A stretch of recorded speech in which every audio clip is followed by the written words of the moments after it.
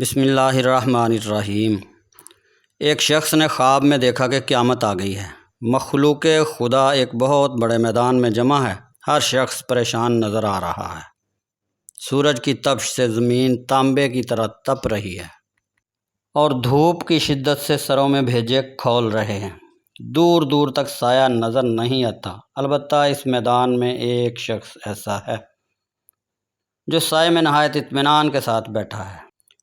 خواب دیکھنے والا اس خوش قسمت شخص کے پاس گیا اور اس سے پوچھا کہ اے اچھے نصیب والے، یہ تو بتا کہ تجھے یہ کس نیکی کا انعام ملا ہے کہ جس وقت ہر کوئی پریشان حال ہے تو نہایت آرام و اطمینان کی حالت میں ہے۔